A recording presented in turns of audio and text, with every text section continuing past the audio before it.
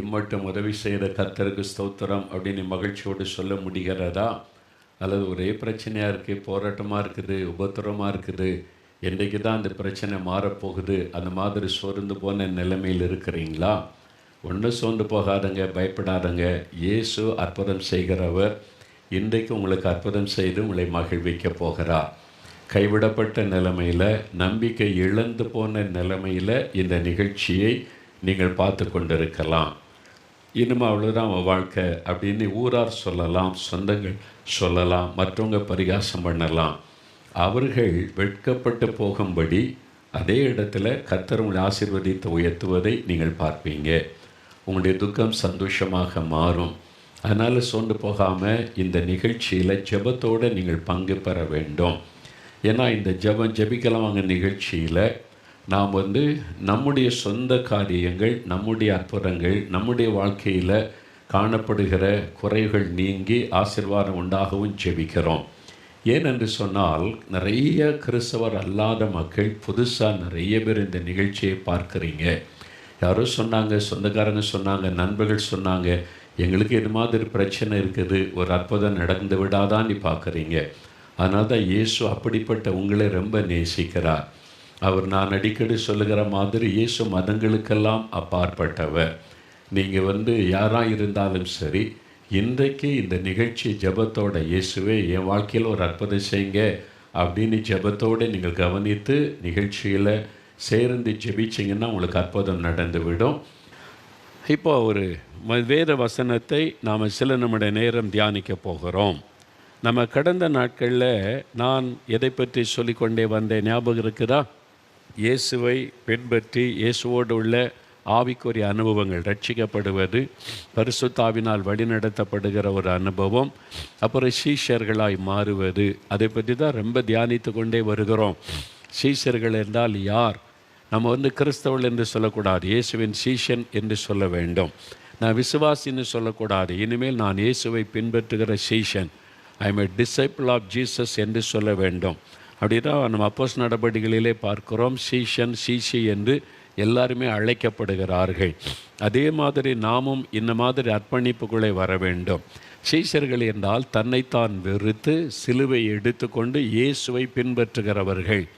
எதை செய்தாலும் இயேசு நடந்தபடி நடக்க வேண்டும், இயேசு செய்கிறபடி செய்ய வேண்டும். அவங்க தான் சீஷர்கள். இயேசுவின் அடிச்சுவட்டிலே நடக்கிறவர்கள், அவர் வாழ்ந்தபடி வாழுகிறவர்கள். அப்படி தான் நாம் அழைக்கப்பட்டிருக்கிறோம். அநேகர் நம்ம அதை மறந்து விட்டோம். இந்த நாட்கள் ஆவியானவர் அதை திரும்ப ஞாபகப்படுத்தி அதுக்குள்ளே நம்மை நடத்துகிறார். அப்போ இயேசுவை பின்பற்றி நடப்பதென்றால் என்ன காரியம்? இயேசுவை போல நம்ம வாழ வேண்டும். Like Jesus. அவரை போல அன்புள்ளவளாக இருக்கணும், அவரை போல பரிசுத்தமுள்ளவளாக இருக்கணும், அவரை போல குற்றமற்றவளாக இருக்கணும், அவரை போல மன்னிக்கிற சுபாவம் உள்ளவளாக இருக்கணும், அவரை போல சாந்த குணமுள்ளவளாக இருக்கணும், அவரை போல தாழ்மை உள்ளவளாக இருக்கணும். இதெல்லாம் இயேசுடைய சுபாவங்களை வேதம் சொல்லுகிறது.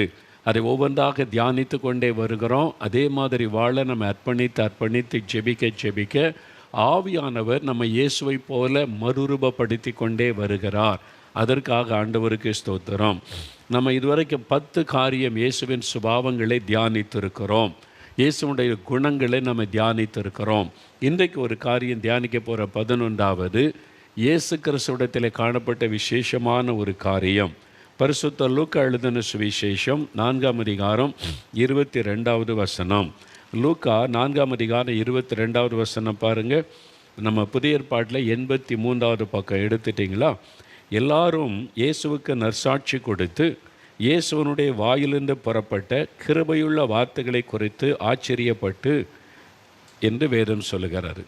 இயேசுடைய வார்த்தைகளை குறித்து ஆச்சரியப்பட்டாங்க. அவர் என்ன பேசினார்? அப்படி கிருபை உள்ள வார்த்தைகளை பேசினார் என்பதாக வேதம் சாட்சி கொடுக்கிறாரு.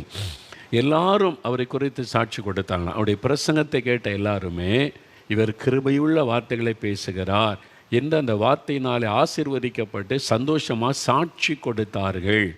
அதான் ரொம்ப முக்கியம். அவர் பேசின வார்த்தைகளை குறித்து கிருபையுள்ள வார்த்தைகளை அவர் பேசுகிறார் என்று சாட்சி கொடுத்தாங்க. அப்போது நாம் ஊழியர்களாக இருந்தாலும் சரி, அவரை பின்பற்றுகிற சீஷர்களாக இருந்தாலும் நாம் கிருபை உள்ள வார்த்தைகளை பேசணும். இயேசுவை போல நம்ம பேசணும். ஆண்டவரை உம்மை போல பேசுகிற அந்த சுபாவம் குணம் எனக்கு வேண்டும் என்று நம்ம கேட்கணும். இயேசு கிறிஸ்து கிருபை பொருந்தின வார்த்தைகளை பேசினார் என்று வேறு சொல்லுதில்லை. அவர் என்ன வார்த்தைகள் பேசினார்? அவருடைய வார்த்தைகளை கேட்க ஜனங்கள் திசையிலிருந்து கூடி வந்தாங்க. நீங்கள் பார்த்தா அவருடைய பிரசங்கத்தை கேட்க ஜனங்கள் திரளாய் கூடி வந்தாங்க. ஒருவர் காலை ஒருவர் மிதிக்கத்தக்க அளவு கூடி வந்தாங்க. ஏன்னா அவருடைய வாயிலிருந்து புறப்பட்ட வார்த்தைகள் கிருபையுள்ள வார்த்தைகள். அது ஜனங்களுக்கு ஆறுதலை கொண்டு வந்தார். அவங்களுடைய ஜனங்களுக்கு ஒரு சுகத்தை கொடுத்தார். ஜனங்களுக்கு ஒரு புது பலனை கொடுத்தார். ஜனங்களுடைய கவலைகளை மாற்றினார். அந்த மாதிரி கிருபை பொருந்தின வார்த்தைகள், ஜனங்களுக்கு நன்மை செய்கிற வார்த்தைகள். அதனால தான் அவர் வாயிலிருந்து புறப்படுகிற வார்த்தைகளை கேட்க அவர் ஜெபாலயத்துக்கு போனால் அங்கே கூட்டம், கடற்கரைக்கு போனால் அங்கே கூட்டம். இயேசு கிறிஸ்து ஒரு மைதானத்தில் ஒரு வனாந்தரத்தில் கூடினால் அங்கே கூட்டம். அவர் எங்கே போனாலும் ஜனங்க கூடி வந்து அவர் என்ன பேசுவார் என்று கேட்க ஆவலோடு காத்திருந்தாங்க. ஏனென்றால் அவருடைய வாயிலிருந்து புறப்பட்ட வார்த்தைகள் கிருபை பொருந்தின வார்த்தைகள். எப்படி அவ்வளவு ஜனங்கள் தாகத்தோடு அவருடைய பிரசங்கத்தை கேட்க வந்தாங்க? இயேசுடைய வாயிலிருந்து புறப்படுகிற வார்த்தைகளை கவனித்தாங்க அப்படின்னு சொன்னால், மார்க் 6:34 வாசிக்கும்போது இயேசு கிறிஸ்து மனது உருகி அவர்களுக்கு உபதேசிக்க தொடங்கினார் என்று வேறு சொல்லுகிறார். அப்போ இயேசு ஜனங்களோடு பேசும்போது எனக்கு பேச்சு திறமை இருக்குது, அடுக்கு மொழியில் நான் பேசிடுவேன், பேசக்கூடிய ஞானெல்லாம் எனக்கு இருக்குது, எனக்கு அந்த வசனம் தெரியும், இந்த வசனம் தெரியும், அந்த வசனத்தை பார், இந்த வசனத்தை பார், அப்படிலாம் பெருமையாக அவர் பேசவில்லை. அடுக்கு மொழியிலெல்லாம் அவர் பேசவில்லை. சாதாரணமாக எளிமையாக மக்கள் புரிந்து கொள்ளுகிற வண்ணமாகத்தான் இயேசு சாதாரணமாக அவர் பேசினார். அவருடைய பேச்சில் அப்படி என்ன அவ்வளோ காரியம் இருந்தது என்றால், அவர் மனது உருகி பேசினார். ஜனங்களை பார்த்து, ஐயோ இந்த ஜனங்க பாவம், மெய்ப்பெண்ணல்லாத ஆடு போல் இருக்கிறாங்க, அவங்களுக்கு தேவாலயம் இருக்குது, ஆசாரியர்கள் இருக்கிறாங்க, பலி செலுத்துதல் இருக்குது, எல்லாம் இருக்குது, வேதம் இருக்குது, ஆனால் நிம்மதி இல்லை, சமாதானம் இல்லை, ஆறுதல் இல்லை, எதிர்காலத்துக்கு நம்பிக்கை இல்லை, ஜனங்க சோர்ந்து போய் இருக்கிறாங்க. அவங்கள பார்த்து அவர் மனது உருகினார். அதனால் அவருடைய வாயிலிருந்து கிருபை பொருந்தின வார்த்தைகள் வெளிப்பட்டது. அதனால தான் அவருடைய பிரசங்கத்தை கேட்கவே ஜனங்கள் திரளாய் கூடி வந்தாங்க. அதே மாதிரி நாங்கள் ஒரு பிரசங்கியாராக இருக்கலாம், போதகராக இருக்கலாம், சபையில் பிரசங்கிக்கலாம், சுவிசேஷகராக இருக்கலாம். உங்களுடைய வாயிலிருந்து புறப்படுகிற வார்த்தை கிருபை உள்ளதாக இருக்கணும். ஜனங்களுக்குள்ளே ஆறுதலையும் ஜீவனை கொண்டு வருகிறதா இருக்கணும். இயேசுவை போல நம்ம பேசணும். நான் அப்படி தான், ஆண்டவர் உம்மை போல நான் பிரசங்கம் பண்ண எனக்கு கிருபை தாங்க, உம்மை போல கிருபை பொருந்தின வார்த்தைகளை பேச கிருபை தாங்க, உம்மை போல ஜனங்களை உயிர்ப்பிக்கிற, அவங்களுக்கு சுகத்தையும் ஆறுதலையும் கொடுக்குற வார்த்தைகளை பேச கிருபை தாங்க. அதான் அந்த கிருபை உள்ள வார்த்தைகள். நீங்கள் மத்தேயு 7 பாருங்களேன். மத்தேயு 7 மத்தேயு 5, 6, 7 இந்த 3 அதிகாரங்களும் இயேசு செய்த மலை பிரசங்கம். இது உலக பிரசித்தி பெற்ற ஒரு பிரசங்கம். இந்த மாதிரி யாருமே பேசினது கிடையாது. இதுக்கு நிகராக கூட ஒருவரும் பேசினது கிடையாது. இந்த மலை பிரசங்கம் மத்தேயு 5, 6, 7 இந்த அதிகாரங்கள் தான் காந்தி அடிகள், நம்முடைய தேச தந்தை காந்தி அடிகளை குறித்து சொல்கிறோம்ல. இந்த வசனத்தை வாசிக்கும் போது தான் அவர் தொடப்பட்டு கவரப்பட்டு, இயேசு கிறிஸ்து சொன்னார், ஒரு கன்னத்தில் அறைந்தால் மறு கன்னத்தில் திருப்பி காட்டு, திருப்பி அடிக்காத அப்படின்னு சொல்லி கொடுத்தது இயேசு. உன்னுடைய மேல் இருக்கிற துண்டை ஒருத்தர் எடுத்துக்கொள்ள விரும்பினால் இதையும் வச்சுக்க, நீ கழட்டி கொடுத்துரு, நீ போய் சண்டை போட்டுக்கிட்டு இருக்காத, அந்த மாதிரி விட்டு கொடு, இதெல்லாம் சொல்லி கொடுத்தவர் இயேசு கிறிஸ்து. அது மாதிரி நீதி நிமித்தம் துன்பப்படுகிறவள் பாக்கியவான்கள். நீ நீதிக்காகத்தான் துன்பப்படுற, சோர்ந்து போகாத, துன்பந்தான், பாடுதான், சகித்துக்கொள், இதெல்லாம் அந்த அதிகாரத்தில் சொல்லி இருக்கிறார். அப்போ ஒரு மனிதனுடைய வாழ்க்கைக்கு தேவையான எல்லா சத்தியங்களையும் இந்த 3 அதிகாரத்தில் இயேசு சொல்லியிருக்கு. அதுதான் காந்தியடிகளை சுதந்திரத்திற்காக போராடும்படிக்கு அமைதியாக பாடுகளை சகித்து அடி வாங்கி கொண்டு பொறுமையாக நம்ம சுதந்திர போராட்டத்தை செய்யணும்னு சொல்லி எதிர்த்தாக்குதல் நடத்தாதபடிக்கு அடிகளை வாங்கி கொண்டு நம்ம சகித்து கொண்டு நம்ம சுதந்திரம் பெற முடியும் என்கிற எண்ணம் காந்தியடிக்குள்ளே வந்தது இந்த அதிகாரங்களை வாசித்து தான். அதை வைத்து தான் அவங்க இந்த மாதிரி போராட்டத்தை முன்னெடுத்து சுதந்திரம் வாங்க பிரயாசப்பட்டார்கள். அதனால தான் உலக அளவில் காந்தியடிகளுடைய போராட்டம் போற்றப்படுகிறது. அவங்க ஜனங்களை தூண்டி விட்டு துப்பாக்கி எடு சுடு கொல்லுன்ற மாதிரி நடத்தவில்லை. அடித்தாலும் வாங்கிக்க, திருப்பி அடிக்காத, ரத்தம் சிந்தினாலும் பரவாயில்லை, சகித்துக்கொள், இதெல்லாம் இயேசுடைய போதனை. இதுதான் அவருக்குள்ளே மாற்றத்தை கொண்டு வந்தது. ஆனால் நிறைய கிறிஸ்தவங்களுக்குள்ளே இந்த போதனை மாற்றத்தை ஏன் கொண்டு வர மாட்டேங்குதுன்னு எனக்கு தெரியல. ஏன்னு சொன்னால் நம்ம அதை அப்படி கருத்தாக வாசிக்கிறது இல்லை. சும்மா கடமைக்காக அப்படி வாசித்துட்டு போய்கிட்டே இருக்கிறோம். பைபிளை வாசித்து முடிச்சுட்டேன்றோம், நம்ம இதை வாசித்துட்டேன்றோம். வாசித்து முடித்து என்ன பிரயோஜனம்? உங்கள் வாழ்க்கையில் என்ன மாற்றம்? அந்த வசனம் உங்களுக்குள்ளே என்ன கிரியை செய்கிறத யோசிக்கணும். அவர் பேசினதெல்லாம் கிருபை பொருந்தின வார்த்தைகள், நம்மை உயிர்ப்பிக்கிற வார்த்தைகள். அதனால் இயேசுடைய உபதேசத்தில் பாருங்கள், மத்தேயு 7ஆம் அதிகாரம் 28, 29 வசனம் பாருங்கள். கடைசி 2 வசனம் நீங்கள் பார்த்தீங்கன்னா, இயேசு பிரசங்கம் பண்ணி முடிக்கும்போது இந்த வார்த்தைகளை சொல்லி முடித்தபோது, 3 அதிகாரம் பேசி முடித்தபோது, இயேசு வேத பாரகரை போல் போதியாமல் அதிகாரம் உடையவராய் அவர்களுக்கு போதித்தபடியால், ஆனால் அதிகாரத்தோடு போதித்தார், ஒரு அத்தாரிட்டியோட. ஜனங்கள் அவருடைய போதகத்தை குறித்து ஆச்சரியப்பட்டார்கள். இந்த மாதிரி ஒரு போதனை நம்ம கேட்டதே இல்லையே, எவ்வளோ வார்த்தை கேட்டுக்கிட்டே இருக்கலாம் போல் இருக்கே, அவர் பேச பேச கேட்டுக்கொண்டே இருக்கலாம் போல் இருக்குது. கிருபை பொருந்தின வார்த்தைகள். அதனால தான் பாருங்களேன், அந்த கிருபை உள்ள வார்த்தைகள் எப்படிப்பட்டது? மத்தேயு 6ஆம் அதிகாரம் 34ஆம் வசனத்தை நீங்கள் பார்த்தா, ஆண்டவர் இயேசு சொல்ல, கவலைப்படாதுங்க. எவ்வளோ பேருக்கு கவலை இல்லாத மனுஷனை பார்க்க முடியுமா இன்றைக்கு? ஏதோ ஒரு கவலை உள்ளத்துக்குள்ளே இருந்துக்கிட்டே தான் இருக்குது. ஆண்டவர் சொல்ல, கவலைப்படாதுங்க, ஒன்றுக்கும் கவலைப்படாதுங்க. ஆகாயத்து பறவைகளை பாருங்கள், அது ஏதாவது விதைக்குதா, அறுக்கிறா, களஞ்சியத்தில் சேர்த்து வைக்கிறா, அது எதை குறித்தும் கவலைப்படுவதில்லையே. ஆனால் அவங்களுடைய பரமபிதா போஷிக்கிறார்ல. நீங்கள் தான் நாளைக்காக கவலைப்பட்டுக்கிட்டே இருக்கீங்க. நாளைக்கு என்ன பண்ண, இதுக்கு என்ன பண்ண, அதுக்கு என்ன, கவலைப்படாதுங்க. இயேசு ரொம்ப அழகாக இனிமையாக மக்கள் புரிகிற மாதிரி கிருபையுள்ள வார்த்தைகளை சொன்னோன்னே மக்களுக்கு ஒரு பெரிய ஆறுதல். ஐயோ, இந்த மாதிரி யாருமே எனக்கு சொன்னது இல்லையே அப்படின்னு ஆச்சரியமாக அவருடைய பிரசங்கத்தை கேட்குறா. மகளே கவலைப்படாத, மகனே கவலைப்படாத, பயப்படாத. ஆண்டவருடைய வார்த்தையெல்லாம் பாருங்களேன். அதே மாதிரி 5ஆம் அதிகாரம் 12ஆம் வசனத்தை பாருங்கள். இதே மலை பிரசங்கத்தில் மத்தேயு 5:12 இயேசு சொல்லுகிறார், சந்தோஷப்பட்டு களி கூறுங்க. எதுக்கு தெரியுமா? யாராவது உங்களை நிந்திக்கிறாங்க, பொய்யான குற்றச்சாட்டை சொல்கிறாங்க, வீட்டுக்குள்ளே திட்டுறாங்க, பொய்யா சொல்கிறாங்க, உங்கள் மேலே அபாண்டமான பழி சுமத்துறாங்கன்னா சந்தோஷப்படுங்க. துக்கப்பட்டுக்கிட்டு அழுதுகிட்டு இருக்காருங்க, சந்தோஷப்பட்டு களி கூறுங்க, பரலோகத்தில் உங்களுடைய பலன் மிகுதியாக இருக்கும். எவ்வளோ ஒரு ஆறுதலான, அதான் அப்படியே கிருபை பொருந்தின வார்த்தை. யாராவது திட்டா, நீ என்ன உட்காந்து அழுதுகிட்டு இருக்க, நீ திருப்பி பேச வேண்டியதானே, திருப்பி கொடுக்க வேண்டியதானே, நீ இப்படியே குட்டை குறிஞ்சிக்கிட்டுனா மேலே ஏறிடுவான், கொஞ்சம் திருப்பி கொடு அப்படின்னு உலக மக்கள் சொல்லுவாங்க. இயேசு சொல்கிறார், இல்லை, நீ சகித்துக்க, மன்னிச்சிரு, நீ சந்தோஷமாக இருக்கலாம். ஒரு கிருபையுள்ள வார்த்தை. இயேசுடைய போதனை கிருபையுள்ள அந்த வார்த்தைகள் எவ்வளோ பெரிய ஆறுதல், சந்தோஷம் பாருங்கள். அதே மாதிரி மத்தேயு 5ஆம் அதிகாரம் 44ஆவது வசனம் பாருங்கள். மத்தேயு 5:1-2 நான் சொல்கிறேன், கவனம் பாருங்கள்.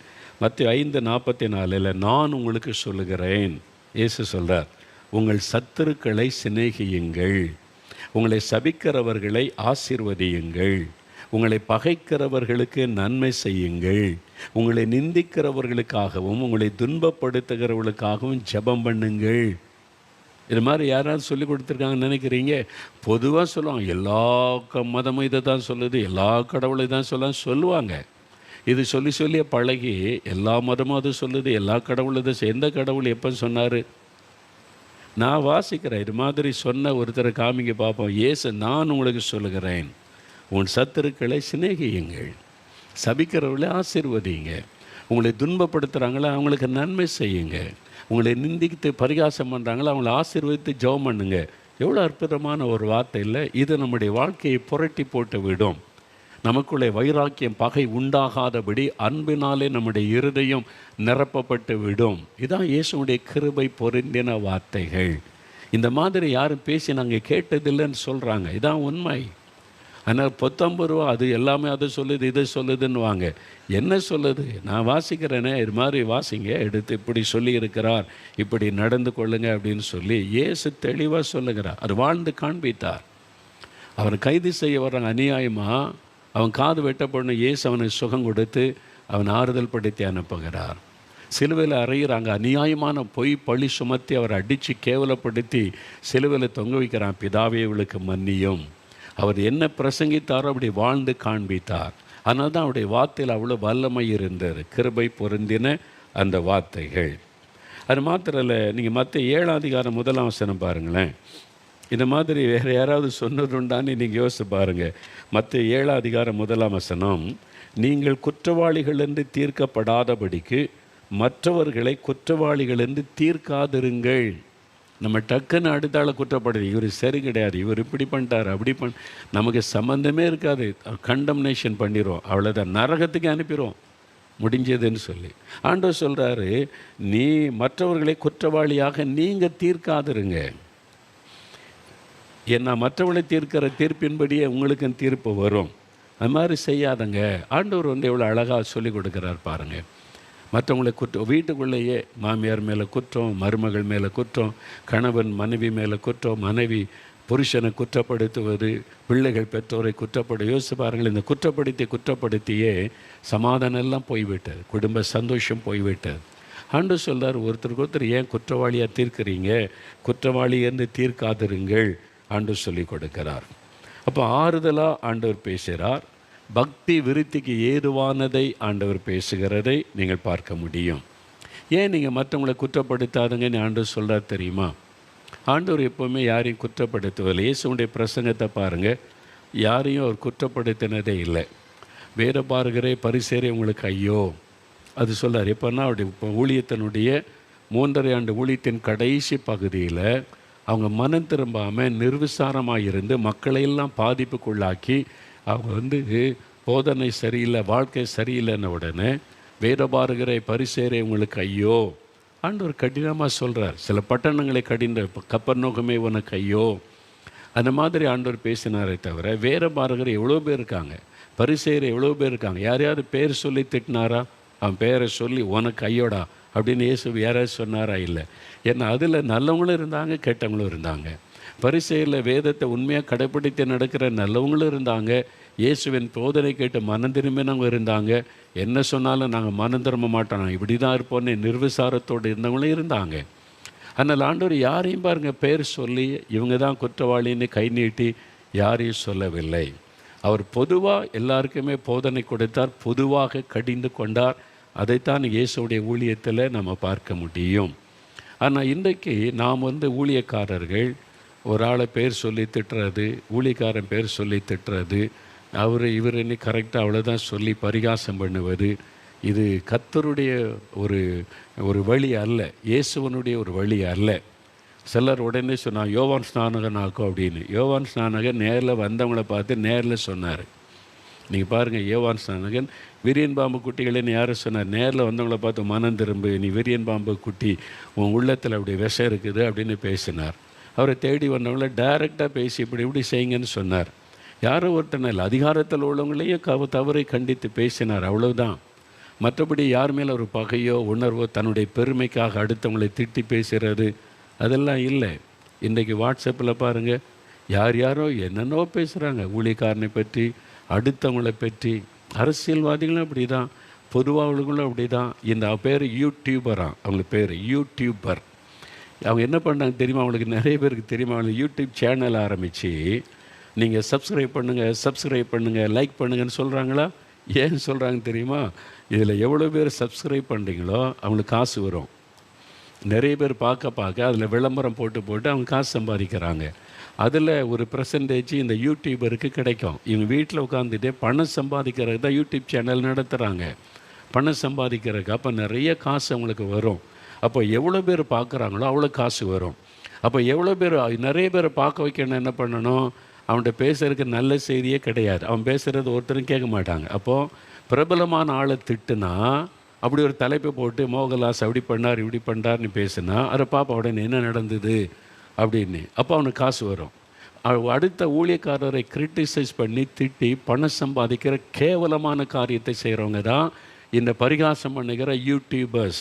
அடுத்தவங்களுக்கு திட்டி அவங்கள பற்றி இல்லாத பொல்லாத செய்திகளை பரப்பி, நீங்கள் பாருங்கள், தலைப்பு போட்டிருப்பாங்க ஒன்று, உள்ளே போய் பார்த்தா அந்த நியூஸே இருக்காது. நீங்கள் பார்த்துருக்கீங்களா? சில யூடியூபர் போட்டிருப்பாங்க, உள்ளே போய் நீங்கள் பார்த்தீங்கன்னா அது உள்ளே அந்த மெசேஜே இருக்காது. அப்போ இது பணம் சம்பாதிக்கிறதற்கு, அப்போ இது மற்றவங்களை குற்றவாளியாக சொல்லி அதில் பணம் சம்பாதிக்கிற ஒரு கூட்டம் இருக்கிறாங்க. அவங்கள தங்களை பெரிய நீதிமான் மாதிரி பேசுகிறாரு. அதான் ஒரு ஊழியக்காரன் கேட்டிருக்கிறாரு, நீ என்ன பெரிய இது மாதிரி ஊழியக்காரங்க பேரெல்லாம் சொல்லி திட்டுறேன்னா, பவுல் அவர் நிருபத்தில் எழுதலையா, இதுங்க இவங்களை பற்றிலாம் போய்ட்டு எழுதியிருக்கிறாருன்னா, நீ பவுலை மாதிரி ஊழியம் செய்தா அப்படி எழுது சொல்லு, பவுலை மாதிரி நீ ஊழியம் செய்றியான்னு கேட்டார். பதிலே சொல்லலை. ஒரு நயா பைசா பிரயோஜனம் கிடையாது. ஒருத்தனுக்கு சுவிசேஷம் சொல்கிறதும் கிடையாது, ஒருத்தருக்கும் ஜெபமும் பண்ணுறது கிடையாது. சும்மா உட்கார்ந்துட்டு அடுத்தவங்களை திட்டி பணம் சம்பாதிக்கிற கேவலமான காரியத்தை செய்கிற அந்த பிசாசனுடைய ஊழியர்கள் இவங்கெல்லாம். எப்படி சொல்கிறீங்க, நீங்களும் கடினமாக சொல்கிறீங்களேன்னா வசனம் சொல்கிறத பாருங்கள். வெளிப்படுத்தின விசேஷம் 12ஆம் அதிகாரம் 10வது வசனம் எடுங்க. வெளிப்படுத்தின விசேஷம் 12ஆம் அதிகாரம் 10வது வசனம். இங்கே ஆண்டவர் ஒரு காரியம் சொல்ல, வெளிப்படுத்த விஷயம் 12:10 என்ன சொல்லுங்க, பின்பகுதியை பாருங்கள். அப்பொழுது அது முன் அந்த வசனம் முழுதும் பாருங்கள். அப்பொழுது வானத்திலே ஒரு பெரிய சத்தம் உண்டாகி, இப்பொழுது ரட்சிப்பும் வல்லமையும் நமது தேவனுடைய ராஜ்யமும் அவருடைய கிறிஸ்துவின் அதிகாரமும் உண்டாயிருக்கிறது. இரவும் பகலும் நம்முடைய தேவனுக்கு முன்பாக நம்முடைய சகோதரர் மேல் குற்றம் சுமத்தும் பொருட்டு அவர்கள் மேல் குற்றம் சாட்டுகிறவன் தள்ளப்பட்டு போனான். குற்றம் சாட்டுகிறவன், இரவும் பகலும் குற்றம் சொல்லி கொண்டிருக்கிறவன். யார் இவன் அப்படின்னா சாத்தான். சாத்தானுடைய சுபாவம் தான் இரவும் பகலும் தேவனுடைய பிள்ளைகளை குற்றம் சொல்லிக்கிட்டே இருக்கிறார், குறை சொல்லிக்கிட்டே இருக்கிறார், குற்றம் சொல்லிக்கிட்டே இருக்கிறார். ஒரு ஆட்கள் மனம் திரும்புவதற்கு வசனத்தை வைத்து கடிந்து மனம் திரும்புவதற்குள்ளே நடத்துவது வேறு. குற்றம் சொல்லி பேசி கிண்டல் அடித்து பரிகாசம் பண்ணி பேசிக்கிட்டே இருப்பாங்கல்ல, அது வேறு. அது பிசாசனுடைய சுபாவம். சிலர் எனக்கு இது கர்த்தர் எனக்கு கொடுத்த ஊழியம், அதனால தான் நான் எழுதுகிறேன், எல்லா ஊழியரை பற்றி எழுதுகிறேன். அப்படி ஒரு ஊழியமே கிடையாது. எங்கே இருக்குது பைபிள்? அப்படி ஒரு ஊழியமே கிடையாது. அப்போஸ்தலர் இருக்கிறாங்க, மேய்ப்பர் இருக்கிறாங்க, சுவிசேஷம், இப்படி தான் ஊழியம் இருக்குது. அடுத்தவங்களை குற்றம் சொல்லி பேசுகிறது, எழுதுறது, இப்படி ஒரு ஊழியம் பைபிளில் கிடையாது. அது பிசாசனுடைய ஊழியம். அது அவங்க அந்த சமயத்தில் வஞ்சிக்கப்பட்டு போனதுனால அதை ஊழியமாக செய்கிறார். அதனால் என்ன பிரயோஜனம் சொல்லி பாருங்கள், ஏசு பாருங்கள். ஒரு காலத்தில் ஒருத்தர் பத்திரிக்கையில் எழுதி எல்லா ஊழியரையும் திட்டி எழுதி யார் யாரை பற்றி எழுதினாரோ அவங்களாம் நல்ல ஊழியம் செய்து ஆத்மாராயம் பண்ணி வளர்ந்துருக்கிறாங்க. அவர் என்ன பண்ணுறாருன்னு பாருங்கள், நயா பைசாவுக்கு பிரயோஜனம் கிடையாது. எவ்வளோ ஆத்மா ரட்சிக்கப்பட்டாங்க, எவ்வளோ பேருக்கு சுவிசேஷம் அறிவிச்சிருக்கிறாங்க, யோசித்து பாருங்கள். இதை மாதிரி தான் இன்றைக்கு யூடியூப்பில் உட்காந்து மற்றவங்களை திட்டி பேசுவது, அது சரியானதல்ல. இயேசு கிருபை பொருந்தின வார்த்தைகளை பேசினார். எல்லாரும் உட்காந்து குறை பேசிக்கிட்டே இருந்தார். இயேசு கிறிஸ்து ஜனங்களை உற்சாகப்படுத்தினார், தைரியப்படுத்தினார். நேரில் வர்றாங்க, அது மாதிரி பரிசேன் வரணும், டைரெக்டாக கண்டிச்சார். நீ மறுபடியும் பரவாவிட்டால் தேவனுடைய ராஜ்யத்தை காண முடியாது. டைரெக்டாக பேசினார். எங்கேயும் இருக்கிற ஆளை வச்சு பேர் சொல்லி திட்டி கொண்டு இருக்கவில்லை. அதெல்லாம் வேதத்தின்படி தப்பு. அதை மற்றவங்களை குற்றப்படுத்தி பேசுகிறது, அடுத்தவங்களை பற்றி பேச நீங்களே நானும் யார்? அது அவங்களுடைய பர்சனல் காரியம். உபதேசம் கள்ள உபதேசம் பண்ணாங்கன்னா இது கள்ள உபதேசம், இந்த உபதேசத்தை நம்பாருங்கன்னு சொல்லலை, வேதத்துக்கு புறம்பானதுன்னு. அவங்க வீட்டு கல்யாணம், அவங்க வீட்டில் குழந்தை பிறக்கிறது, அவங்க குடும்பத்தில் ஃபங்க்ஷன் எல்லாம் எடுத்து பேசுகிறதுக்கு யாருக்கு அதிகாரம் கொடுக்கப்பட்டிருக்கிறார்? எங்கே இருக்குது பைபிள் அப்படி அதிகாரம் கொடுக்கப்பட்டிருக்கிறார்? அது அவங்களுடைய பர்சனல் ஒரு அரசியல் காரியத்துக்கு, அரசியலில் இருக்கிறவங்களுக்கு கூட ஒரு நாகரிகம் தெரிந்து பேசுகிறாங்க. அவங்களுடைய பர்சனல் காரியத்தை பேச மாட்டான். அரசியல் காரியத்தில் எப்படி ஈடுபடுறாங்க அதை பேசுவோன்றாங்க. ஆனால் கிறிஸ்தவ இதில் தான் சிலர் இந்த ஒழுங்கீனமாக இஷ்டத்துக்கு ஏன்னோ கர்த்தருக்கு பெரிய ஊழியம் கொடுத்துட்ட மாதிரி, அது பிசாசனுடைய ஊழியம். வசனத்தில் சொல்லியிருக்கல, சகோதரர் மீது குற்றம் சாட்டுகிறவன். அதான் வசனம் சொல்ல, இயேசுவை பற்றி பிரசங்கம் பண்ணுற ஆளை பற்றியே குற்றம் சாட்டுகிறவர்கள். அது ஒரு பொதுவாக நடக்குதுன்னா பொதுவாக அந்த குற்றத்தை சொல்லணும். இந்த மாதிரி கிறிஸ்தவ உலகத்தில் ஜாதி பார்க்குறாங்க, இது பாவம். இந்த மாதிரி கள்ள உபதேசம் பண்ணுறாங்க, இது பாவம். இந்த மாதிரி லஞ்சம் வாங்குறாங்க, அது பாவம். வரதட்சணை கிறிஸ்தவம் வாங்குறது பாவம். இதெல்லாம் நம்ம கண்டிக்கலாம். பொதுவாக குறிப்பிட்ட ஒரு ஆளை சொல்லி இந்த ஆள் அப்படி பண்ணுறா அப்படின்னு பேசுகிறது வேதத்தின்படி ஒழுங்கு அல்ல. அது டைரெக்டாக பேசணும், மேடையெல்லாம் பேசக்கூடாது. இயேசு அப்படி பேசலையே. இயேசு கிறிஸ்துவுடைய வாயிலிருந்து கிருபை பொருந்தின வார்த்தைகள் வெளிப்பட்டது. சீசர்களை டைரெக்டாக கடிந்து கொள்கிறார். எனக்கு அப்பாலே போய் சாத்தானே நேரடியாக பேசினார். அவர் எல்லோரும் கூட்டி சீசர் அங்கோட்டு பாருங்கள், பேதருக்குள்ளே பிசாசு வந்துட்டு அவன் பிசாசு அப்படின்னு சொன்னார் இயேசு கிறிஸ்து. அவனை டைரெக்டாக கடிந்து கொள்கிறார், அவ்வளோதான். அது மாதிரி தான் இயேசு, உங்களுக்குள்ளும் ஒருவன் பிசாசாக இருக்கிறான் அப்படின்னு அது யூதாஸ் தான் சீசர்களுக்கே தெரியல. அவன் போய் நாண்டு கொண்டு செத்த பிறகு தான் அவனுக்கு தெரிகிறது. அதுதான் இயேசுனுடைய ஒரு அருமையான ஒரு வாழ்க்கை முறை. இயேசுவை பின்பற்றுகிற நாமும் அவரை பின்பற்றணும், அவரை போல் நடக்கணும். அதனால் நம்முடைய வார்த்தைகளை குறித்து கவனமாக இருக்கணும். கிருபை பொருள் பக்திக்கு விருத்திக்கு ஏதுவான வார்த்தை பேசுங்க. நீங்கள் குறை சொல்லி பேசி பேசி அந்த பிரசங்கத்தை கேட்குற எல்லாருக்குள்ள அந்த குறை சொல்கிற ஆவியே வந்துடுது. அவங்களும் குறை சொல்கிறத ரொம்ப பெருமையாக நினச்சி அது ஒரு பெரிய ஊழியமாக நினச்சி சிலர் செய்கிறாங்க. நியாய தீர்ப்பு நாள் வரும்போது தான் தெரிய வேடிக்கை. அங்கே வந்து நிற்கணும்ல கர்த்தருக்கு முன்னால். ஆண்டவர் சொல்ல, பிறனுடைய வேலைக்காரனை குற்றப்படுத்த நீ யார்? Who are you? இன்னொருத்தனுடைய வேலைக்காரன் மீது குற்றம் சொல்ல நீ யார்? இயேசுவை கேட்குறார். பைபிள் எழுதியிருக்குல்ல. அது அவனுடைய வேலைக்காரன். எஜமான் கேட்பார். இயேசு கிறிஸ்து தானே எஜமான். அவர் கேட்பார், நீ யார் அவனை குற்றப்படுத்த? பைபிளில் இருக்கிற வசனம். அதுக்கப்புறம் என்ன அர்த்தம்? தயவு செய்து சும்மா இஷ்டத்துக்கு பேசி மக்கள் பாராட்டுறாங்க, கைத்தட்டுறாங்க. நாளைக்கு கர்த்தருடைய நியாய தீர்ப்பில் நிற்கும்போது கைத்தட்டுறவங்களாம் எங்கே காணாமல் போயிடுவாங்க. அறிந்து கொள்ளுங்கள், வசனத்தின்படி இயேசுவை போல வாழ். இயேசு இப்படி பேசுவாரா? ஒரு ஊழியக்கார மேடையில் இயேசு இப்படி பேசுவாரா, இயேசு இப்படி சொல்லுவாரா என்பதில் கவனம் செலுத்தணும். கிருபை உள்ள வார்த்தை, இது மக்களை பாதிக்கிற விஷயம்.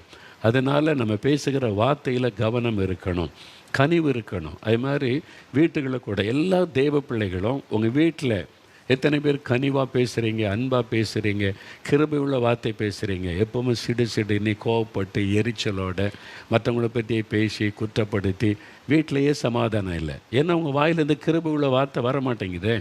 எப்போவும் மற்றவங்களை திட்டுறது, குறை சொல்கிறது, அந்த வார்த்தை இருக்கிறதுனால வீட்டுக்குள்ளே கணவன் மனைவி பிள்ளைகள் பெற்ற எல்லாருக்குள்ளே சமாதானம் இல்லை. ஒரு அன்பான வார்த்தை பேசுங்க, கனிவான வார்த்தை பேசுங்க. அப்போது பக்தி விருத்திக்கு ஏதுவான வார்த்தை பேசுங்க. அதுதான் குடும்பத்தில் சமாதானத்தை கொண்டு வரும். சபைக்குள்ளே கூட எல்லா காரியத்திலும் இயேசுவை போல கிருபை பொரிந்தின வார்த்தைகள் நம்ம பேசணும். ஆண்டவரே, நான் கிருபை உள்ள வார்த்தைகளை பேசணும், அந்த நாவை நீங்கள் பொறுப்படுத்திக் கொள்ளுங்க அப்படின்னு ஜெபிக்கணும். இதில் சில முக்கியமான காரியம் பைபிளில் இருக்குது. இதில் ரொம்ப கவனம் செலுத்தணும். நீங்கள் யாக்கோபு எழுதின நிருபம் 1ஆம் அதிகாரம் எடுங்க. பைபிளில் யாக்கோபு எழுதின நிருபம் 1ஆம் அதிகாரம் எடுங்க. ரொம்ப அருமையான காரியம் சொல்லப்படுகிறாரு. அப்போஸ்தலனாகிய யாக்கோபு எழுதின நிருபத்தில் 1ஆம் அதிகாரம் 26வது வசனம் பாருங்கள். 313 பக்கம் புதிய ஏற்பாட்டில் எடுத்துட்டிங்களா? 313 பக்கம். அதில் 1ஆம் அதிகாரம் 26வது வசனம் பாருங்கள். உங்களில் ஒருவன் தன் நாவை அடக்காமல், இஷ்டப்படி பேசுகிறாரு, உன் நாவை நீ அடக்கணும். உன் நாவை அடக்காமல் தன் இருதயத்தை வஞ்சித்து. நாவை அடக்காமல் நீ பேசுனீங்கன்னா உன் இருதயத்தில் நீங்கள் வஞ்சிக்கப்பட்டு போயிட்டீங்கன்னு அர்த்தம். ஏன்னா சகோதரன் மீது குற்றம் சாட்டுகிற பிசாசு உங்களை வஞ்சித்துட்டான் அப்படின்னு அர்த்தம். நீங்கள் அந்த ஒரு காரியத்தில் வஞ்சிக்கப்பட்டு இருக்கிறீங்க அப்படின்னு அர்த்தம்.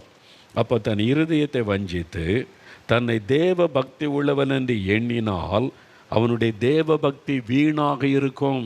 வெயின், அது வீணான பக்தி, அது மெய்யான பக்தி அல்ல. உன் நாவை நீ அடக்கணும்.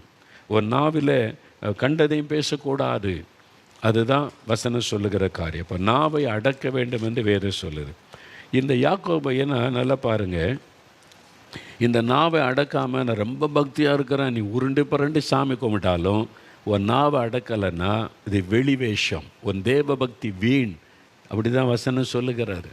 நீ எவ்வளோ பக்தி உள்ளவனாக காணப்பட்டாலும் நாவில் என்ன பேசுகிற வார்த்தை இருக்குது, மற்றவங்களை காயப்படுத்துகிற வார்த்தை, மற்றவர்களை குற்றப்படுத்துகிற வார்த்தை, மற்றவர்களை கேவலப்படுத்துகிற வார்த்தை, மற்றவர்களை அவமானப்படுத்துகிற வார்த்தை, அதை பேசி பேசி பேசி உன்னுடைய தேவ பக்தி வீண்.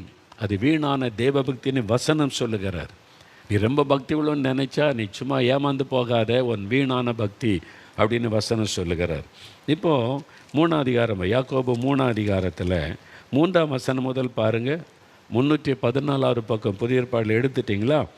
பாருங்கள், பைபிள் வசனத்தை பாருங்கள். இந்த வசனத்தை கவனிங்க. யாக்கோபு 3ஆம் அதிகாரம் 3-10 சில வசனம் பாருங்கள், வாசிக்கிறேன். பைபிளை கவனிங்க, பாருங்கள். பாருங்கள், குதிரைகள் நமக்கு கீழ்ப்படியும்படிக்கு அவைகளின் வாய்களில் கடிவாளம் போட்டு அவைகளுடைய முழு சரீரத்தையும் திருப்பி நடத்துகிறோம். கப்பல்களையும் பாருங்கள், அவைகள் மகா பெரியவர்களாக இருந்தாலும் கடும் காற்றுகளால் அடிபட்டாலும் அவைகளை நடத்துகிறவன் போகும்படி யோசிக்கிற இடம் எதுவோ அவ்விடத்திற்கு நேராக மிகவும் சிறிதான சுக்கானாலே திருப்பப்படும். அப்படியே நாவும் சிறிய அவயவமாக இருந்தும் பெருமையானவைகளை பேசும். பாருங்கள், சிறிய நெருப்பு எவ்வளவு பெரிய காட்டை கொளுத்தி விடுகிறது. நாவும் நெருப்பு தான். அது அநீதி நிறைந்த உலகம். நம்முடைய அவயவங்களிலே நாவானது முழு சரீரத்தையும் கரைப்படுத்தி ஆயுள் சக்கரத்தை கொளுத்தி விடுகிறதாயும் நரக அக்னியினால் கொளுத்தப்படுகிறதாயும் இருக்கிறது. சகலவிதமான மிருகங்கள், பறவைகள், ஊரும் பிராணிகள், நீர்வாழும் ஜந்துக்கள் ஆகிய இவைகளின் சுபாவம் மனுஷ சுபாவத்தால் அடக்கப்பட்டதும் உண்டு. நாவை அடக்க ஒரு மனுஷனாலும் கூடாது. அது அடங்காத பொல்லாங்குள்ளதும் சாவுக்கேதுவான விஷம் நிறைந்ததுமாயிருக்கிறது. அதனாலே நாம் பிதாவாகிய தேவனை துதிக்கிறோம். தேவனுடைய சாயலின்படி உண்டாக்கப்பட்ட மனுஷரை அதனாலே சபிக்கிறோம். துதித்தலும் சபித்தலும் ஒரே வாயிலிருந்து புறப்படுகிறது. என் சகோதரரே, இப்படி இருக்கலாகாது. எவ்வளோ அருமையாக வசனம் பார்த்தீங்களா? குதிரை, அவ்வளோ பெரிய குதிரையை எதை வச்சு திருப்புறாங்க? இவ்வளோண்டு கடிவாளம் அதில் போட்டுப்பாங்களா, அதை வச்சு திருப்பிடுவாங்க. பெரிய குதிரை, திடகாத்திரமான குதிரை. பெரிய கப்பல், பிரம்மாண்டமான கப்பல், 5000 பேர்லாம் பிரயாணப்படுற பெரிய கப்பல் இருக்கிறது. அவ்வளோ பெரிய கப்பலை எப்படி திருப்புறாங்கன்னா, ஒரு சின்ன சுக்கான் இவ்வளோ சைஸாக இருக்குது, அதை வச்சு கப்பலை அப்படியே திருப்பிடுறாங்க. அதே மாதிரி தான் நாவு சிறிய அவயவம். அது அவயமாக இருந்தும் அது பெரிய நெருப்பை ஒரு சின்ன நெருப்பை ஒரு காட்டையை கொளுத்தி விடுற மாதிரி உங்கள் வாயிலிருந்து புறப்படுகிற ஒரு வார்த்தை உங்களுடைய வாழ்க்கையை கொளுத்தி அழிச்சிடும். அப்படி தான் வசனம் சொல்லுகிறார். ஒரு சின்ன நெருப்பு எப்படி ஒரு பெரிய காட்டை அழிக்கிறதோ, அதே மாதிரி உன்னுடைய சின்ன நாவிலிருந்து புறப்படுகிற ஒரு வார்த்தை உன் வாழ்க்கை சக்கரத்தை கொளுத்தி விட அழித்து விடும் என்றனால நாவை அடக்க ஒரு மனிதனாலும் கூடாது. நாவை அடக்கணும் அப்படின்னு வசனம் சொல்லுது. நாவை அடக்க ஒரு மனுஷனாலும் கூடாது அப்படின்னு சொல்லப்பட்டிருக்கு. அப்போ நம்மளால் அடக்க முடியாது. நம்முடைய நாவை அடக்குகிற ஒருவர் இருக்கிறார். அவர் கையில் நம்ம ஒப்பு கொடுக்கணும். ஆண்டவரே, என் நாவை அடக்கி ஆளுகை செய்யுங்க.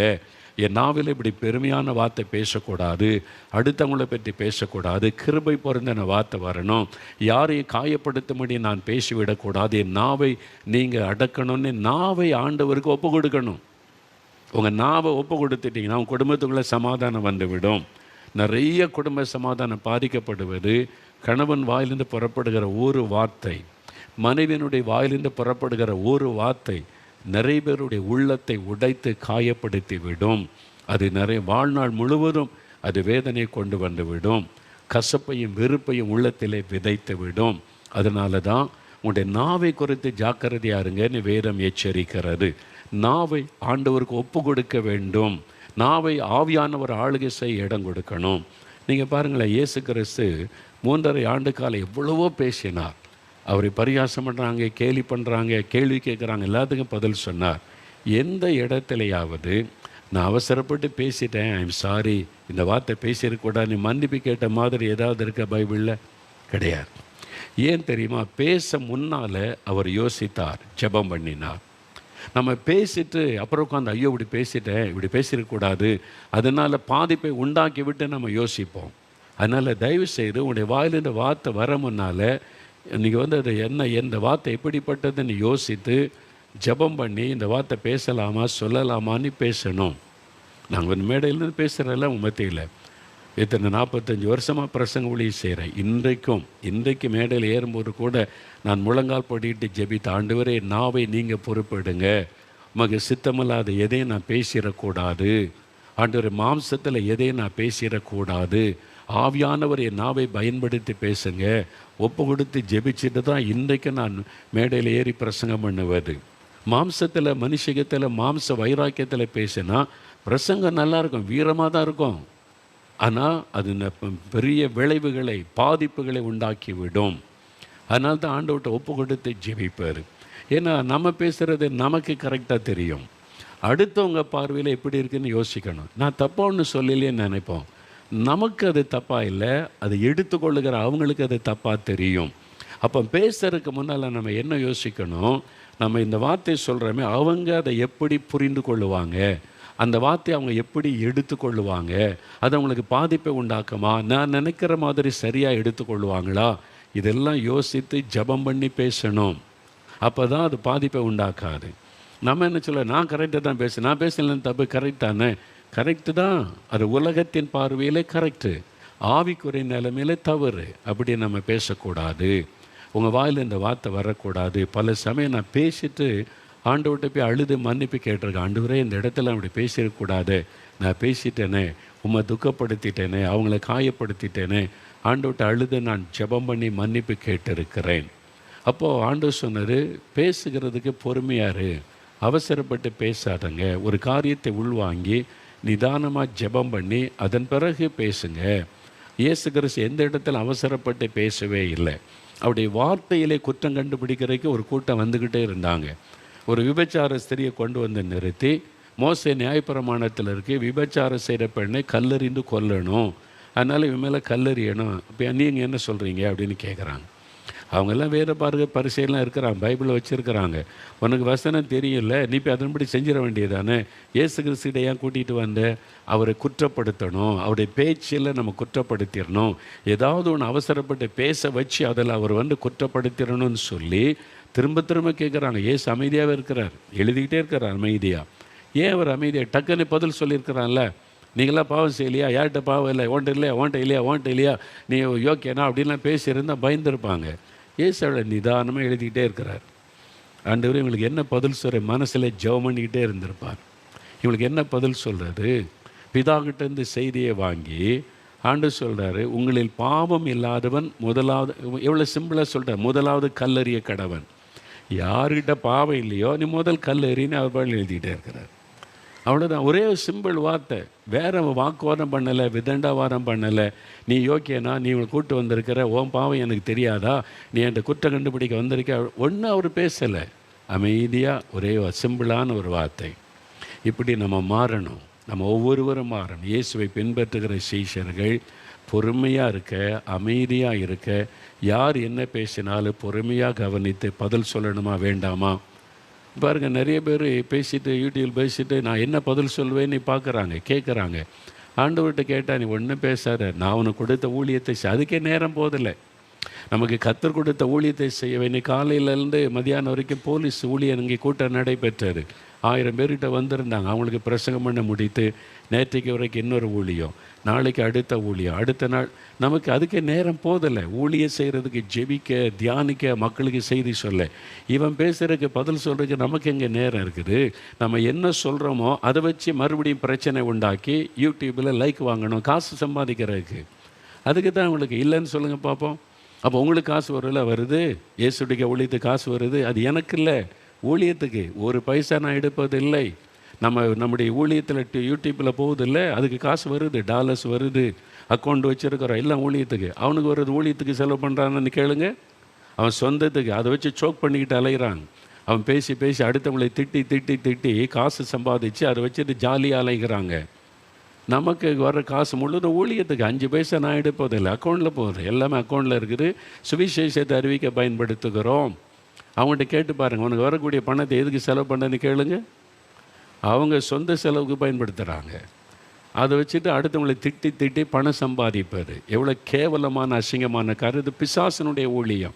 ஆண்டவர் சொன்னார், பிசாசுக்கெல்லாம் பதில் சொல்லாத, பிசாசு தான் குறை சொல்லுகிறவன், அவனுக்கு பதிலே சொல்லாத, நான் உன்னை நடத்திக்கிட்டு போய்கிட்டே இரு. அதுக்கே நமக்கு டைம் இல்லைல்ல, ஜெபிக்கிறதுக்கு நேரம் போதில்லை, பிரசங்கத்துக்கு ஆயத்தப்பட நேரம் போதில்லை. அவ்வளோ ஊழிய கத்தை நமக்கு வச்சிருக்கிறார். ஊழியமே இல்லாதவங்க தான் வெட்டியாக உட்காந்து அடுத்த ஆளை பற்றி பேசிக்கிட்டு இருப்பான். ஏன்னா அவனுக்கு வேறு ஊழியமே கிடையாது, அடுத்த ஆளை திட்டிக்கிட்டே இருப்பான். அதுதான் பிசாசனுடைய வேலை. ரெண்டுக்குள்ள வித்தியாசத்தை நீங்களே புரிந்து கொள்ளுங்க. கர்த்தருடைய பிள்ளைகளுக்கு தெரியும். அதனால் மோகன்லால் எப்படிப்பட்டவன்னு தெரியும், அவங்க எப்படிப்பட்டவன்னு தெரியும். அதனால் அதை பற்றி நாம் கண்டு கொள்வதில்லை. ஆனால் நாம் ஆண்டவரை பின்பற்றுகிற நாம் இயேசுவை போல கிருபை பொருந்தின வார்த்தைகளை பேசணும். வீட்டில் கூட பிள்ளைகள் எக்ஸாமில் தோத்துட்டாங்களா, புத்தி இருக்கா, அறிவு இருக்கிறா, முட்டாளா, அப்படிலாம் பேசக்கூடாது. ஓகே, பரவாயில்ல, அடுத்த முறை நீ ஜெயிச்சிருவே, நீ சோர்ந்து போகாத, உனக்கா நான் ஜெபிக்கிற, அப்பா ஜெபிக்கிற, அம்மா ஜெபிக்கிற, சோர்ந்து போகாமல் படி. கிருபை உள்ள வார்த்தைகளை பேசுங்க. குற்றம் சொல்லி நீலாம் உருப்படுவியா, உன்னை பற்றி தெரியும், நீ இப்படி ஊர் சுற்றிக்கிட்டு இருக்க, நீ ஜெயிக்க மாட்டே, தயவு செய்து அப்படியெல்லாம் பேசாதங்க. அன்பாக பேசுங்க. பாசிட்டிவான வார்த்தைகளை பிள்ளைகளுக்கு சொல்லுங்கள். கணவராகட்டும் மனைவி ஆகட்டும், பாசிட்டிவான வார்த்தை. எதுக்கு கவலைப்படணும், எதுக்கு துக்கப்படணும், ஆண்டவர் இருக்கிறார், பார்த்து கொள்ளுவார். தைரியமாக படிங்க, உற்சாகமாக இருங்க. குறையே இருந்தாலும் அந்த ஆண்டவர் மன்னிப்பார். அவர் மன்னிக்கிற ஆண்டவர், மன்னிச்சிருவார். இனி அதெல்லாம் மறந்துட்டு ஒரு புதிய வாழ்க்கை ஆரம்பி. கிருபை உள்ள வார்த்தைகளை பேசுங்க. எதுக்கு நீங்கள் குற்றப்படுத்தி மற்றவங்களை வேதனைப்படுத்தி? தயவுசெய்து இயேசுவை பின்பற்ற பழகி கொள்ளணும். நம்முடைய நாவை ஆண்டவருக்கு ஒப்பு கொடுக்கணும். ஆண்டவரே, என் நாவை உமக்கு ஒப்பு கொடுக்குறேன். அதனால தான் நீங்கள் பாருங்கள், அப்போஸ்தலர் 2ஆம் அதிகாரத்தில் ஆவியானவர் இறங்கின உடனே முதலாவது அவர் எதை பிடித்தார் தெரியுமா? நாவை பிடித்தார். ஆவியானவர் முதலாவது நாவை பிடித்து திருப்பினார். நீ கர்த்தரோடு பேசு, அந்நிய பாஷையில் தேவனோடு பேசுகிறான், நீ மனுஷரோடு பேசாத, அதிக நேரம் கர்த்தரோடு பேசு. நாவை தேவன் திருப்பி தேவனோடு பேச வைத்தார். அதுதான் ஆவியானவர் அபிஷேகம் வரும்போது நடக்கிற முக்கியமான காரியம். ஆவியானவர் நம்முடைய நாக்கை அவர் ஆட்கொண்டு பிதாவோடு பேச வைப்பார். அப்போ நம்முடைய வாழ்க்கை சுபாவம் மாறும். அந்நிய பாஷையில் பேச பேச பேச நம்முடைய குணங்கள் சுபாவங்கள் எல்லாம் மாறிவிடும். அதனால் மனுஷரோடு அதிகம் பேசாது. சுற்றியில் இருக்கிற ஆள்கிட்ட பேசினா பொல்லாத இல்லாத சொல்லிக் கொடுப்பான். அவன் கைத்தட்டன்னு இல்லை, அதுக்காக வேணுக்குன்னு சொல்லிக் கொடுப்பான். நீங்கள் அதுக்கு இன்ட்ரெஸ்டே காட்டாதுங்க, அதுக்கே இடம் கொடுக்க. கர்த்தர் என்ன சொல்கிறான்னு கவனிங்க. சுற்றியில் இருக்கிற ஆள் என்ன செய்தி சொல்கிறான்னு கவனித்து பேசாதங்க. கர்த்தர் என்ன சொல்கிறாரு அப்படின்னு கவனித்து அவரோட பேசுங்க. ஆண்டவரே, இதை நான் சொல்லாமா பேசலாமா? அந்நிய பாஷையில் பேசி பேசி அவரிடத்துலேருந்து செய்தி வாங்கி அதை பேசணும். அதான் கிருபை பொறிந்த வார்த்தை. இயேசுவை போல நான் பேசணும். ஆண்டவரே, கிருபை உள்ள வார்த்தைகளை பேசணும். ஊழியக்காரங்க மட்டும் இல்லை, வீட்டில் இருக்கிற கணவன் மனைவி பிள்ளைகள் எல்லாருமே அது மாதிரி கேளுங்க. ஆண்டவரே, என் நாவை நீங்கள் அடக்கி ஆளுகை செய்யணும், என் நாவுக்கு காவல் வையும்னு சங்கீதக்காரன் செபிக்கிறார். 141 சங்கீதம் 3ஆம் வசனத்தில் சங்கீதக்காரன், ஆண்டவரே என் நாவுக்கு காவல் வையும், என்னுடைய வாய்க்கு காவல் வையும். ரொம்ப அருமையான ஜெபம். வாய்க்கு காவல் வைக்க சொல்லணும். ஆண்டவரே, நான் வீணானதை பேசக்கூடாது, அடுத்தவங்களை பற்றி பேசக்கூடாது, யாரையும் காயப்படுத்தபடி பேசக்கூடாது, எரிச்சல் கோபத்தோடு பேசி மற்றவங்களை துக்கப்படுத்தக்கூடாது. நான் அன்பாக பேசணும், கனிவாக பேசணும், கிருபையுள்ள வார்த்தைகளை பேசணும், சோர்ந்திருக்கிறவர்களை பலப்படுத்துகிற வார்த்தை பேசணும். கேளுங்க, நம்முடைய நாவை ஒப்பு கொடுக்குறீங்களா? இப்போ ஒப்பு கொடுக்குறீங்களா? ஒரு நிமிஷம் அப்படியே வலதுகரம் வைத்துங்க. எல்லாரும் வலதுகரம் வைத்துங்க. ஆண்டவரே, என்னோடு இன்றைக்கி பேசி இருக்கிறீங்க, என் நாவை உமக்கு ஒப்பு கொடுக்குறேன்னு சொல்லுங்கள். என் நாவை ஒப்பு கொடுக்குறேன். என் நாவுக்கு நீங்கள் காவல் வைங்க. நான் அனாவசியமாக பேசக்கூடாது, அடுத்தவங்களை பற்றி பேசக்கூடாது, யாரையும் நியாயம் தீர்க்கக்கூடாது, ஆண்டவரை யாரையும் காயப்படுத்தக்கூடாது. ஆண்டவரை கிருபை உள்ள வார்த்தை பேசணும், அன்பாக நான் பேசணும், கனிவாக நான் பேசணும், சாந்தமாக நான் பேசணும். என் நாவை நீங்கள் ஆட்கொள்ளுங்க. இயேசுவை போல என் நாவை மாறட்டும், இயேசுவின் நாவை போல என் நாவை மாறட்டும். யாரையும் காயப்படுத்தி குற்றப்படுத்துகிற வார்த்தைகளை பேசாதபடி கிருபை பொறிந்த வார்த்தைகளை பேச என் நாவுக்கு காவல் வையுங்க. என்னை ஒப்பு கொடுக்கிற ஆண்டவரை ஒப்பு கொடுக்கிற இன்று முதல் நான் அமைதியாக இருப்பேன், இனி அதிகம் பேச மாட்டேன், அடுத்தவங்களை பற்றி பேச மாட்டேன். என் நாவுக்கு காவல் வச்சிருங்க. என்னை ஒப்பு கொடுக்கிறேன். ஆண்டவரே, யார் யார் அப்படி ஒப்பு கொடுத்து ஜெபிக்கிறாங்களோ, இந்த சகோதரி, இந்த சகோதரன், இந்த வாலிபன், வாலிப மகள், பிள்ளைகள் எல்லாருடைய நாவையும் நீர் ஆட்கொள்ளுவீராக. பரிசுத்தாவினால் நிரப்பி அந்நிய பாஷையில் கர்த்தரோட பேச அவளுக்கு கிருபை கொடுப்பீராக. எங்களுடைய நாவை நீர் பொறுப்படுத்திக் கொள்ளும். உம்மை போல நாங்கள் கிருபை பொறிந்த வார்த்தைகளை சாந்தமாய் அமைதலாய் பேச எங்களுக்கு கிருபை தாரும். இயேசு கிறிஸ்துவின் நாமத்தில் ஜெபிக்கிறோம் பிதாவே. ஆமேன், ஆமேன்.